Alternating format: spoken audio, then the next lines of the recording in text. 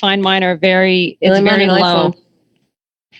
I'm on an iPhone. I use it every day. No, I've got no volume. Huh. Can you guys talk for a minute? Yes, can you hear, Now I can you hear gotcha. me there, Wendy? Yep, now I've got you. Thank you. Okay.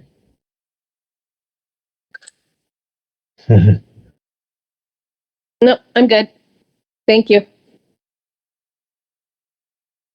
Oh, and Peter Lazzaro's there as well. He's the epoxy guys. And I'm representing him as well as Mr. Danbrook in some matters. So maybe I'll just wait. We'll just give everyone a couple minutes to join, and then we can go do a roundtable of introductions. If you, Yeah. okay. Sure.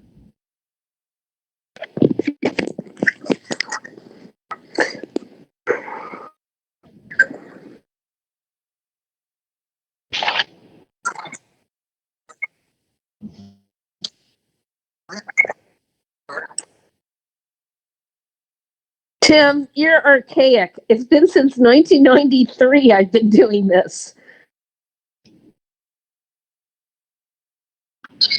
Okay. I have to confess, before the pandemic, I never had use of this either. Excuse me. I think most corporations, needless to say, I'm in the employment business. So most corporations sort of kicked in kind of 2001 with video conferencing, and it's certainly progressed since then. But I think a lot of corporations now have got experts internally, whether it's Microsoft Teams or Zoom. Over the pandemic period, everybody's become an expert. So it's great. All right, so maybe we can maybe get started, because I'm mindful that we only have about an hour. So maybe I'll introduce myself, and then I'll let Chris introduce himself, and then maybe you guys can all introduce yourselves too. I can't either.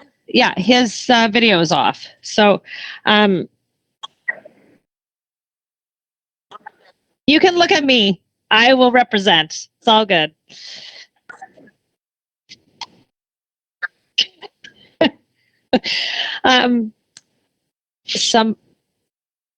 You're welcome. So my name is Julie Simard. I'm the district supervisor in Aurora District Office of Ministry of Natural Resources and Forestry. And I'll let Chris introduce himself. Hey, good afternoon. I'm Chris Hislop. I'm one of the regional land specialists out of the ministry's Southern Region office. Thank you. Hello.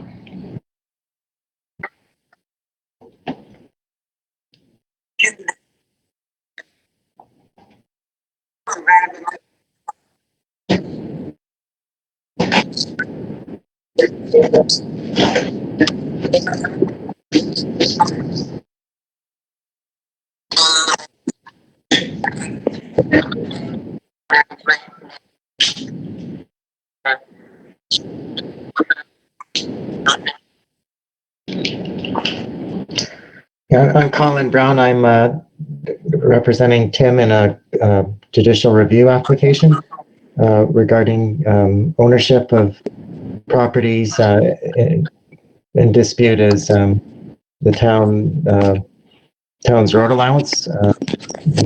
We say it's not been clearly defined, and the town is taking latitudes with it. I'm also representing, as I said earlier, Mr. Lazzaro, who's present as well, Peter Lazzaro.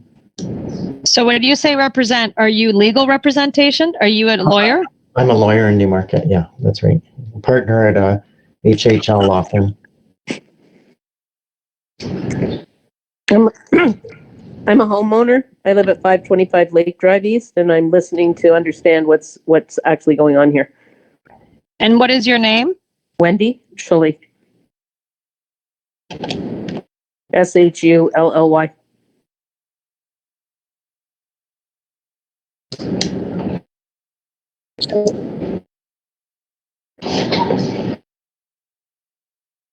You might want to unmute yourself. Can you hear me now? I'm in my truck, sorry. That's why my video's not on. My name is Kenny Stockman. I'm a resident. I live at 7 Lake Drive East. I'm an individual that has been trying to apply for an MNR lease and purchase for the property across the street. And I'm just here for more information because my application has been put on hold, and which has stopped me from being able to get some permits that I've wanted to get to perform some work down by the water. Chris, I know we've talked a few times over the years. Yes. Anyone else?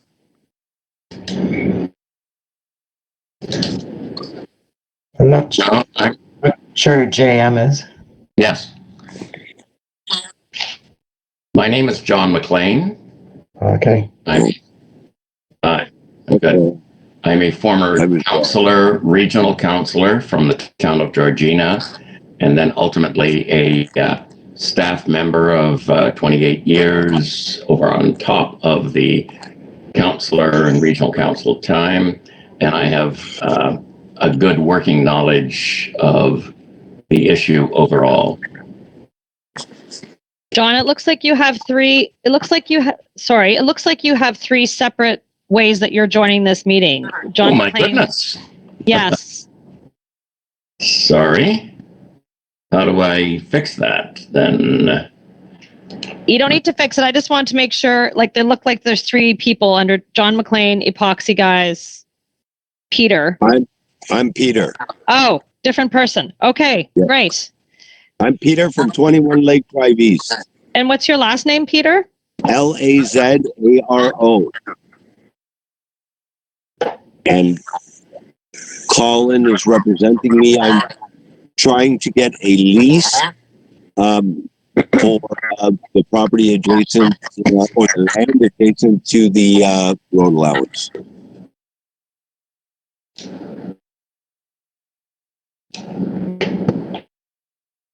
Okay, so I think I will leave to you guys to lead the discussion and let us know how we can help you today. Thanks.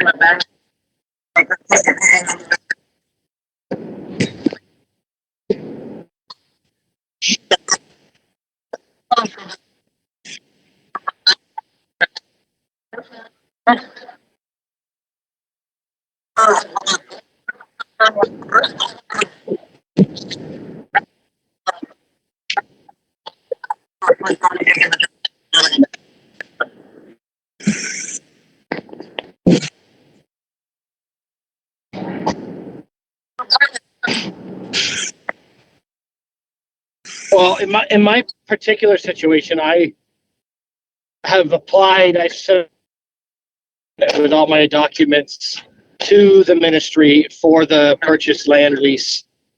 I sent that in back in November, I believe, October, and I am at a standstill because it cannot move any further without a comment from the township. which I'm trying to work with the town to get a comment, but it keeps getting pushed and pushed and pushed. Another 2 weeks, another 2 weeks, another 2 weeks. They won't give me an answer or help me in any way where I can get direction to keep moving forward. The reason why I wanted to talk today and get some more information is because when I had tried to reach out with Stephen from the Aurora district, it was almost like I got forgotten, and it was 8 or 10 weeks. I couldn't get an answer on an email or a phone call, and I'm just really looking to see if I can keep things moving forward. And I know the town's involved, and I just want to make sure that I'm doing everything I can to keep that process moving in the right direction. And I know that I was sent the Lands Act saying that we still have the right to use it, but without me gaining this lease agreement through the MNR, I can't get the permits that I applied for 2 years ago to redo the waterfront and my break wall. So it's really held me up on a lot of work that we want to get done on the property as well. And I had a permit I had an MNR permit. My contractor was given one. It was the permits that the Lake Simcoe Conservation and the town wouldn't give me because they said I had to show some kind of ownership or paperwork that my name was linked to that property.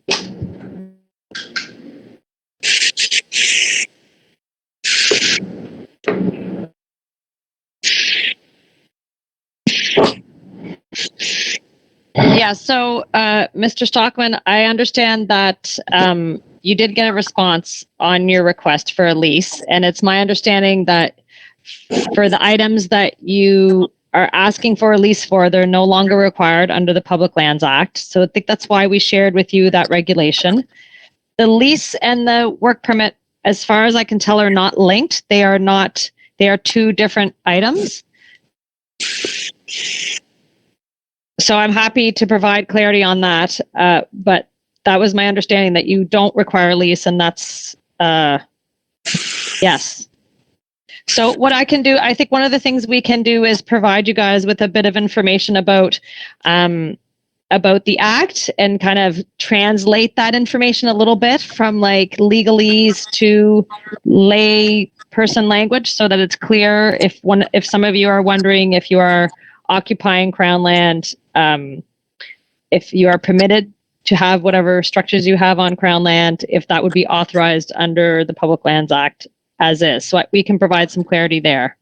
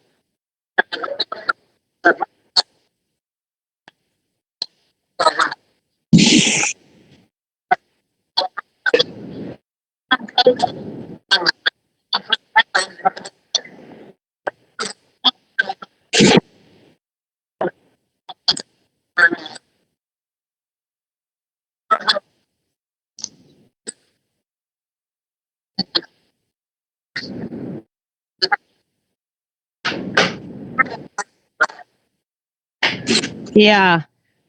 So what I can say is whenever the ministry considers an application for use of Crown land, whether that would be a work permit on Crown land or a lease, whatever it is, the onus is on the applicant to provide all the required like documentation in order for us to review that application, right? So as an individual applying to the Crown land for an authorization of whatever kind, the onus is on you to provide a completed applications. And you're right. In some instances, that would require the municipal comments as the owner of the road allowance, right? So without the, yes. That's okay. So without their comments, the application is incomplete, right? Because it's part of the application process. And I understand your frustration. It does leave us in an awkward position because we can't do a complete review without the full application, right? May I interject?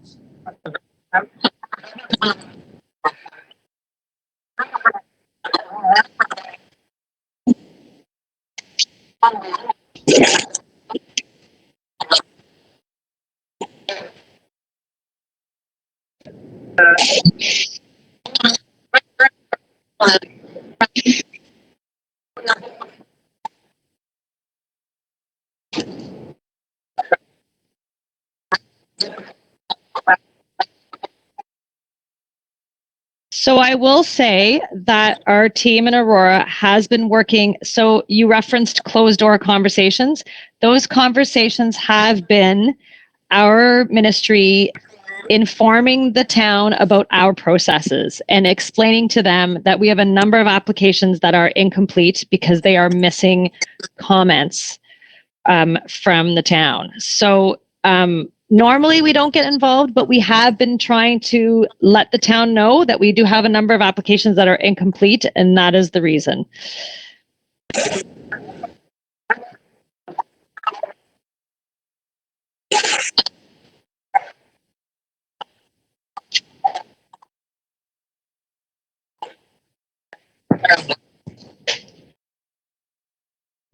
Well, to date, those have just been informal conversations. Like, we had these applications, we're missing parts of this information. Do you have any comments to provide? They've been very informal and information. Like, this is the information about our process. They haven't been, yeah.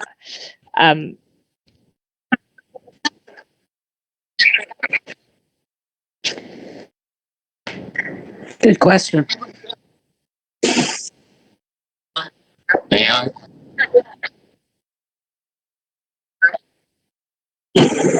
Am I on? If I could just ask two, if I could ask two questions. Tim, Yeah, I think for today, but just to interrupt, I think for today, I would like to hear from all of you, and then I will go back and have discussions based on this discussion today, but I can't, yeah, I'm here to listen, I guess, primarily, and answer any questions I can simply answer today, and then follow up with the things I can't answer. So the questions I had pretty much were, like in my situation, I've been almost a solid year of asking the township to comment on my application, and they have not commented. So my first question that I asked to Stephen months ago was, can we not consider the town's comment as no comment because they won't comment, number one? And number two, when I read the application, there's different phases to the application. So phase one is where I am at, trying to get this passed through. Phase two, and it says right in the application, would be given permission to get a survey done on that chunk of crown land to determine the actual size, and then that would determine the purchase of the lease and everything. So I legally cannot get a survey over there unless I would get to phase two of this application. So my other question is the town allowed to get that land surveyed? Because I don't understand how they're talking about getting all of that lakeshore land surveyed when don't they need permission from the ministry as well to get that done? And if they can get it done, how come us as the homeowners can't get it done?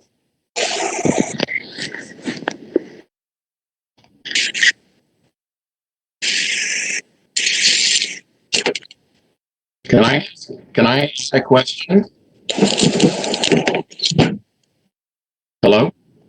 Go for it. John McLean here.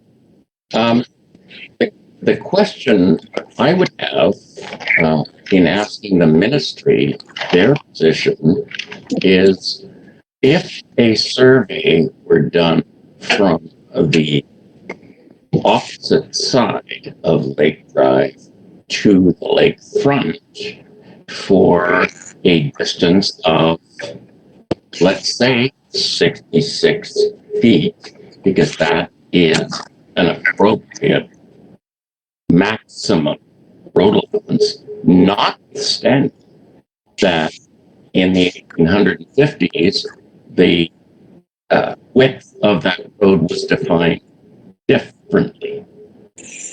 So the question is, if it can define that the Lake Drive Road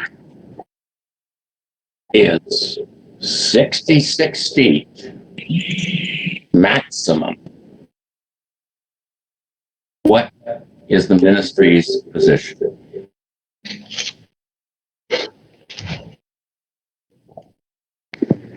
Yes, and my question may have been the same question by saying, will land beyond 66 feet that were previously considered ground land, is that still the case?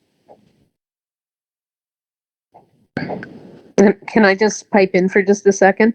So I've been up here my whole life, and I know, as the rest of you do know that are homeowners here, if you drive Lake Drive from Jackson's Point all the way through, you notice that some of the indirect waterfront properties are much tighter than others.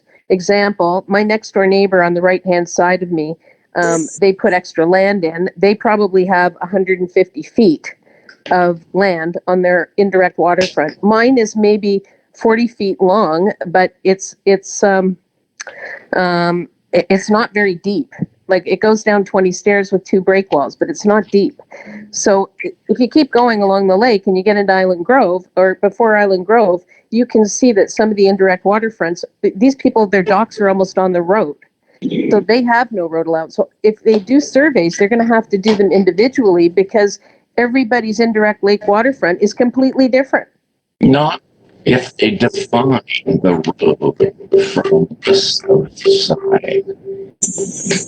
Okay, so just to continue, so I was told that the Lake Simcoe Conservation, the ministry, owns from the water's edge, 33 feet up into the land. And I was also told, and this was at a meeting in council back 3 years ago, that the town owns the 66 feet from the inside of the property, like where my cedar hedges would be, down towards the waterfront. And if that's the case, then I probably have about 25 feet that is mine. So if that's the case, I have a physical disability, which I've had from an accident in Lake Simcoe 30 years ago. I've been trying to figure out how to get, some sort of a ramp system or staircase, something down there. Well, I can't do that because they said that they're not giving out permits. And in the meantime, I haven't been able to access my waterfront for 3.5 years. Oh,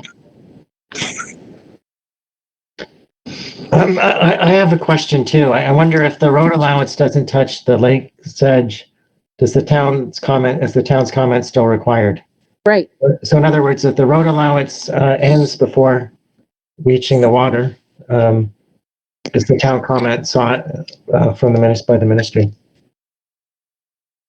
If the road allowance doesn't touch the water, then, and somebody can prove that they have title to that land, then no, you don't require the town's comments.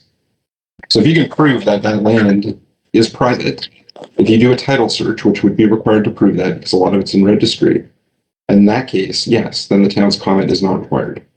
Or the town's consent is not required. Could an individual owner then survey their own land and show that the road allowance, because the road hasn't been surveyed, there's no R plan on the road, and that's why there's been title problems. My understanding is for 100 years with this. Well, it's over This 100. whole strip of land. So if we know where the road allowance, one side of it is apparently clear. I'm not a real estate lawyer, but there has been.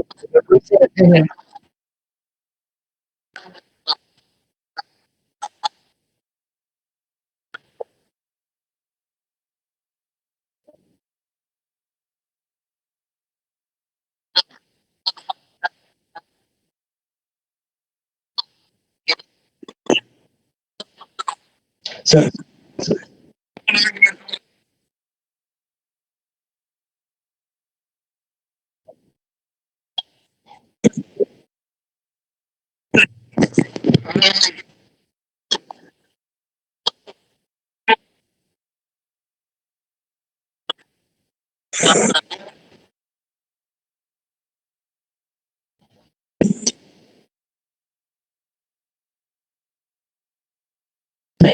Hold on, Tim, except Mayor Tory, who seems to have been able to get a permit. I'm not commenting, I'm just stating a fact.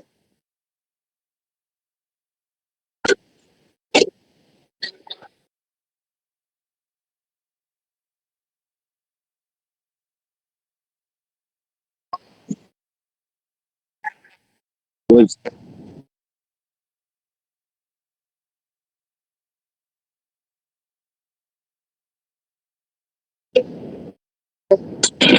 Yes. So,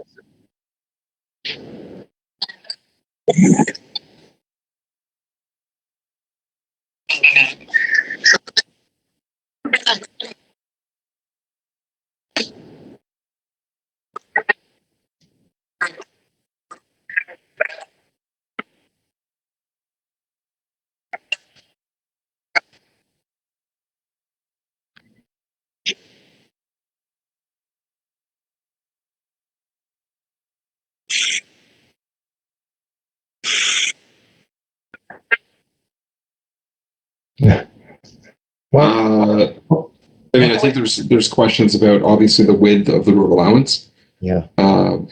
We'll take that back under consideration. I mean, it's a question we can take back to our group, but I'm not sure.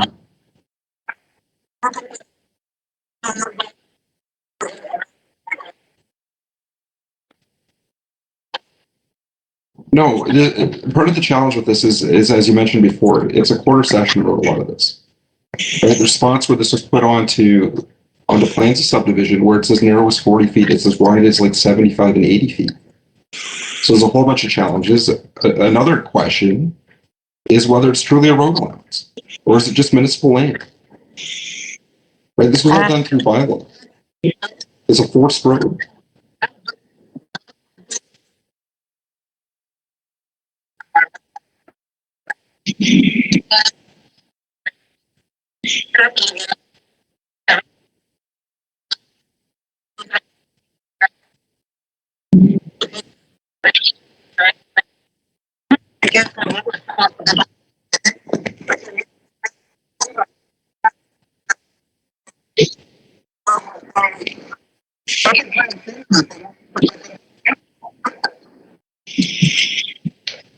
Sorry, Tim, can I interrupt?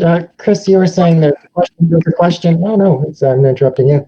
Is there, you were saying there's a question whether there's lands that are not road allowance, but just municipal lands?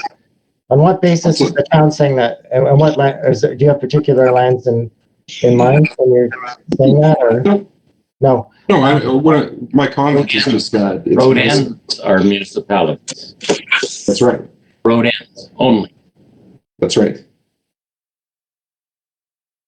So where a road leads down to the lake, that is clearly owned by the municipality. Right, and when the road, sorry, there's too many of us. Go ahead. Um,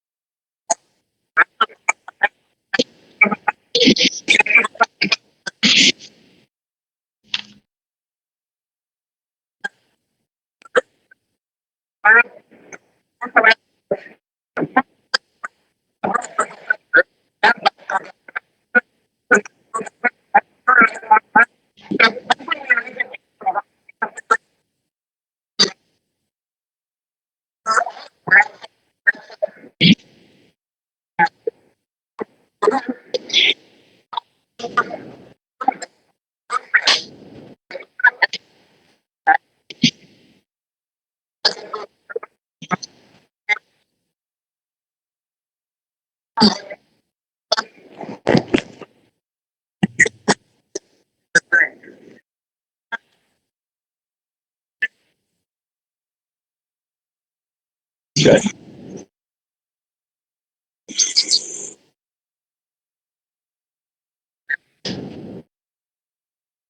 I don't think the ministry has much of, to be honest, much of an opinion either way. Essentially, we have water's edge patents that were granted. Right, so determining the boundary of that road in relation to private land is up to the municipality and the private ownership. Okay.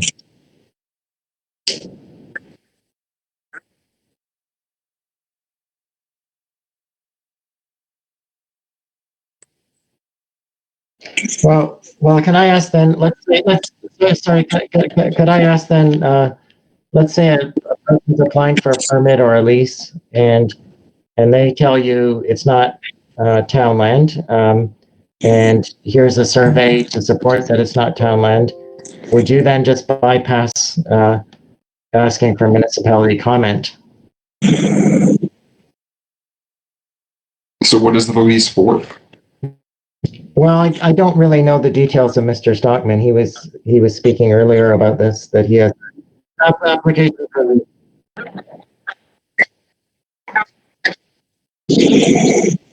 So if you have a prescribed structure under the Public Lands Act, there's no need for a lease. A lease will not be granted.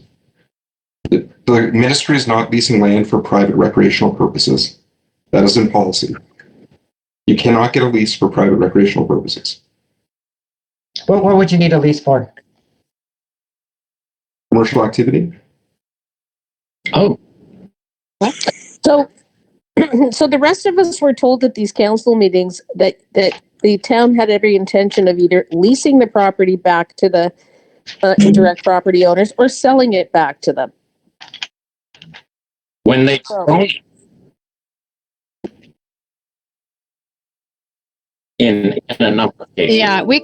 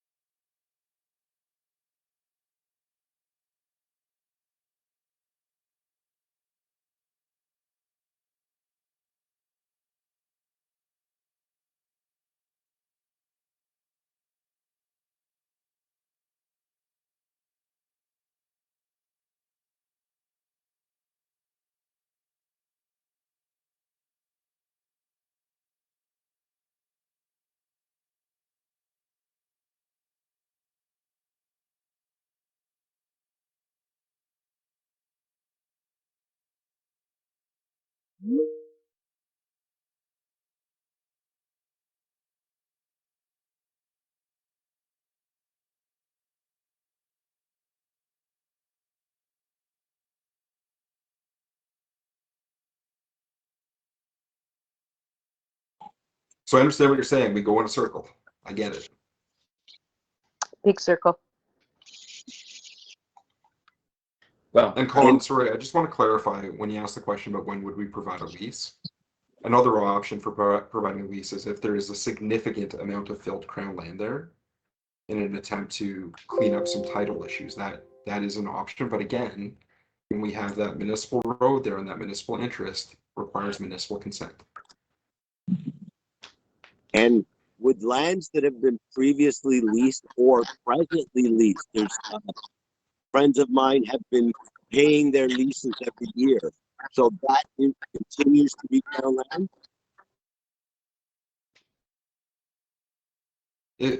If they have a current and active lease, then yes, the lease, like the Crown can only lease Crown land, Right. right, as determined by a survey. Okay. so does that mean that anybody that has a crown lease can improve or rebuild their docks or boat houses without municipal approval? It depends what the purpose of the lease is, whether that's permitted under the lease. So you'd have to take a look at how the lease is defined. But again, if it requires a work permit, then the ministry would check with the municipality to make sure it's consistent with their bylaws and consistent with law to issue that permit. So we would collect comments in that case.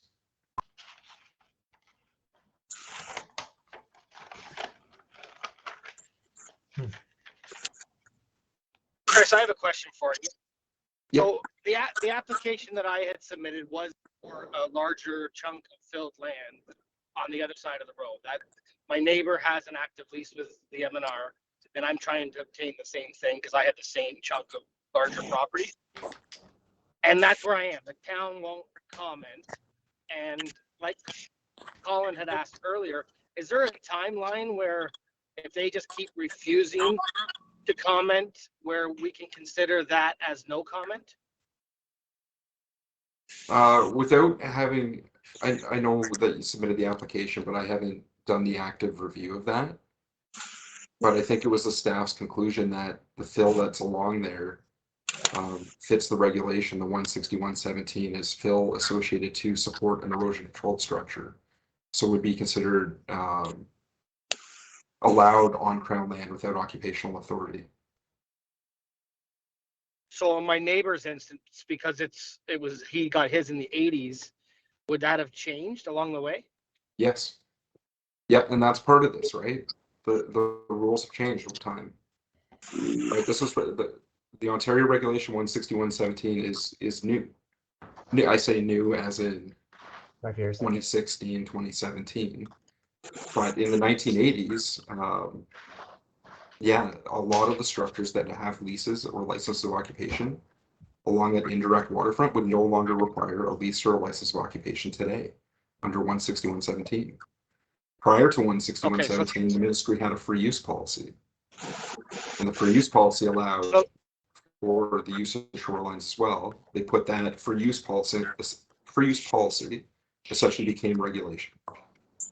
So the application I currently have that I'm pushing the town to comment on, I may as well just give up on it because there's no need for it. I think that's what Stephen Roswell advised in an email back in February. Well, no, the email back in February said that if I was able to gain the town's comment, then we could re-look at it again, which then I started to try and gain the town's comment. And then I'm still kind of in the same spot.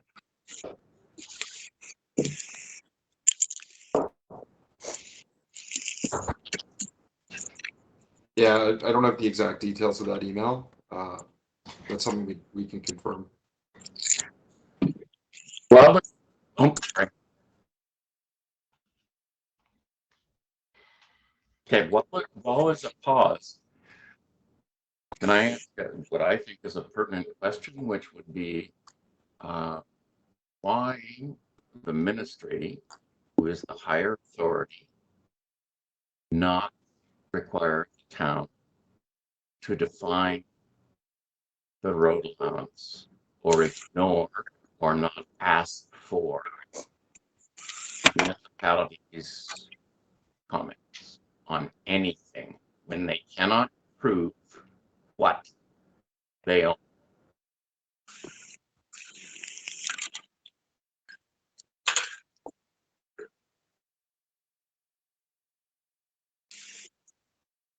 Yes. Sorry, can you Sorry, repeat yes. that? Can you repeat that again?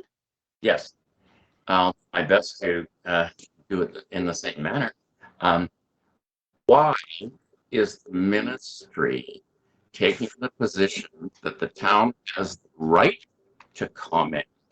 I'm adding right now, which I didn't before, on ownership issues if they, the town, have not proved any ownership whatsoever by way of an R plan, a survey, or anything else that is legal. In my mind, then the decision should rest with the ministry.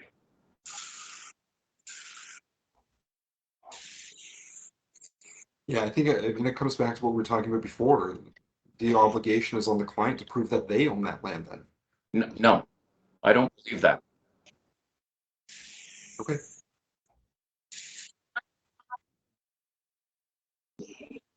We require a current.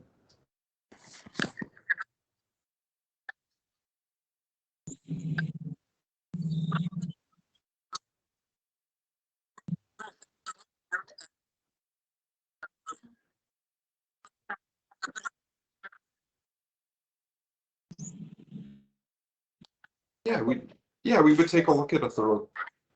Yeah, we would take a look at a thorough title search as proof that somebody has title to that land.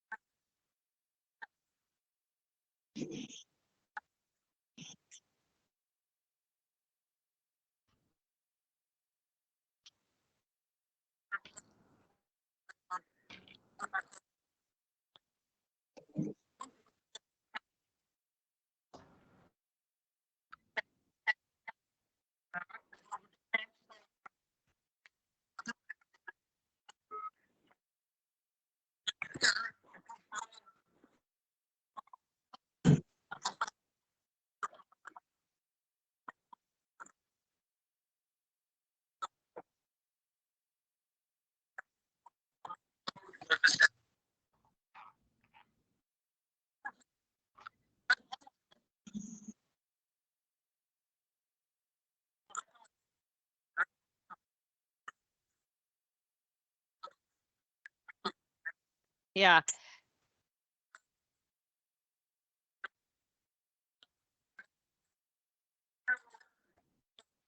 They can prove.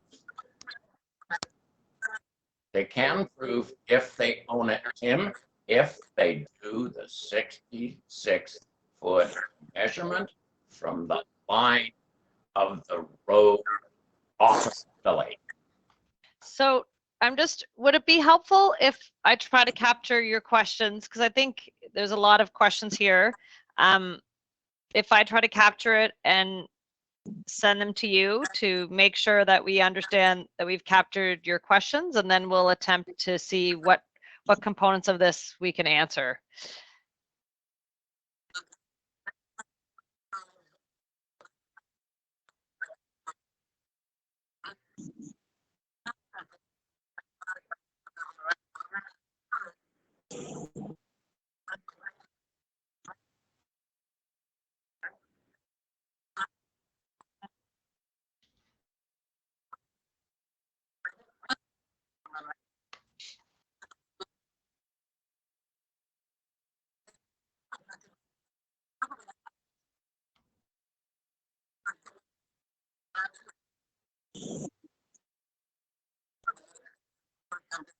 Yeah, I think, you know, the town defining their road is like, that's, well, and it's not the ministry's business to do that, right? Like, it's not our business to, anyway.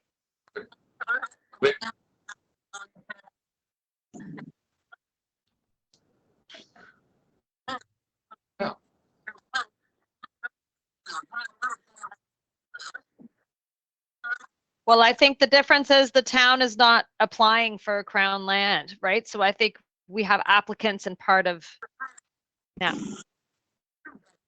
Okay, so I think probably for next steps, I've captured your questions. Would it be best then to send them back to you? You guys look at them and then see if I've captured them correctly, and then we'll go from there?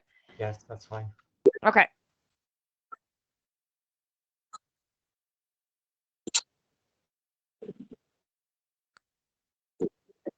One question I would like to ask when you're done this, just one. Go ahead. Okay. Does the ministry consider themselves the higher authority to the town with respect to this question?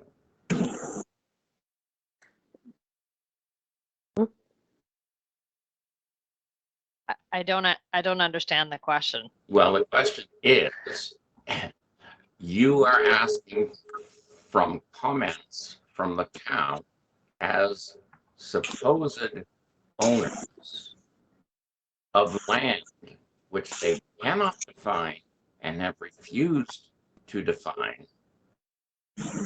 And then you're asking, as Mr. Danbrook said, to have. So just, I'll let you pause first. I think I'll interrupt you just for a second. Okay. For work permits, it's not because of ownership that we ask for municipal comments. It's related to applicable laws.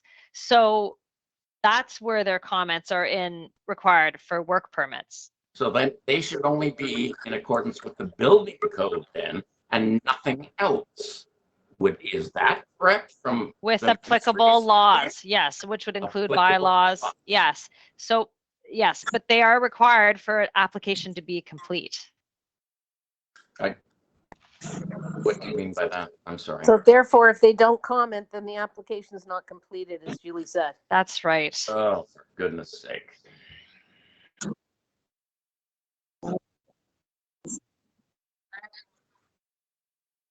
Yep.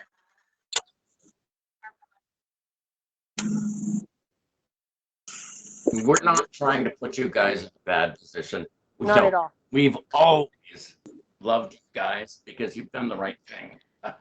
We're going to do our best to answer the questions we can, right? And to provide some clarity on what our role is in this and where we don't have a role. And I can appreciate that the situation is complex and very confusing, and to me and many others, I would imagine. So we're going to do our best to provide some clarity. And for those of you who've already received a response from us that says whatever you have doesn't require a lease, that is, I think that's the response that stays true. And I will, yeah.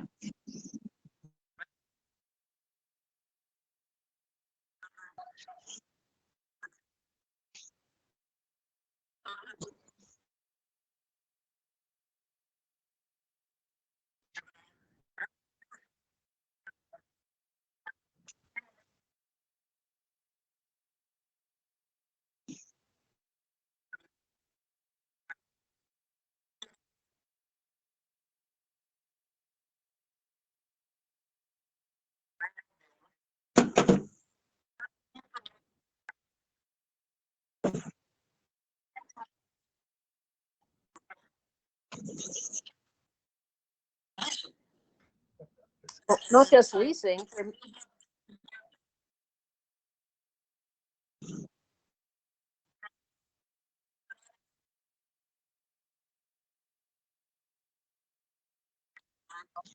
Well, we're not going to issue a lease for something that's already permitted under the Public Lands Act. I think that's what we're trying to clarify to you. So if there's a structure that's already permitted, we're not going to issue a lease, right? Then build away. Oh, okay. Fine. No, I understand what you're saying. I understand what you're saying. It's, yeah. Yeah, I understand. This is, yes. I can appreciate where you are coming from. So Thank yeah.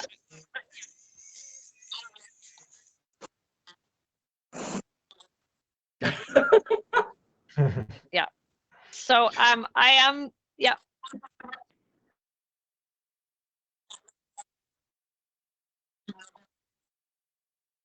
Yeah. And if after we get off this call, you guys have additional questions, like feel free to group together and put them in, group your questions together and send them to me. And, but in the meantime, I will document kind of what the notes I took today from the questions and come back to you with what I have, and then you can add to it or adjust it, and then we'll go from there. Okay. Julie, Okay. can I ask one more?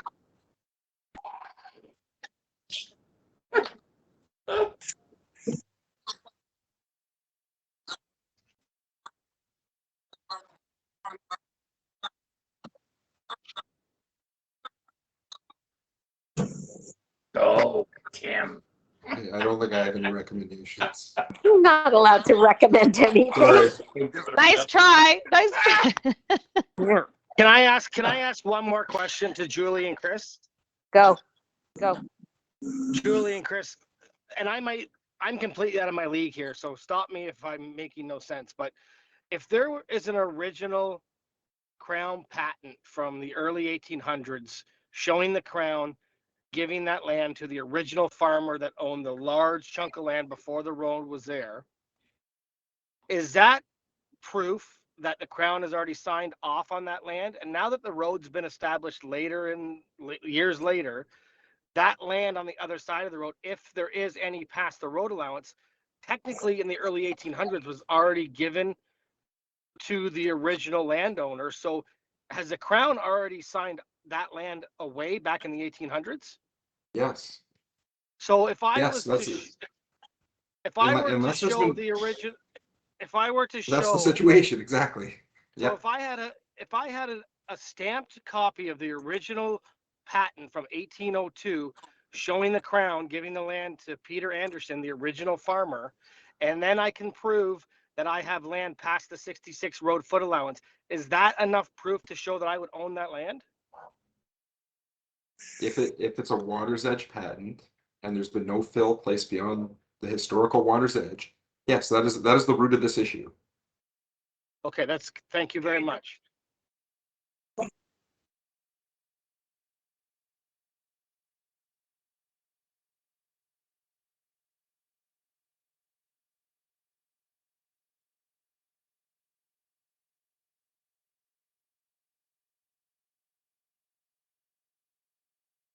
Yes.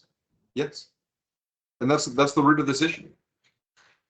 Yes. That's what we've been saying the whole time.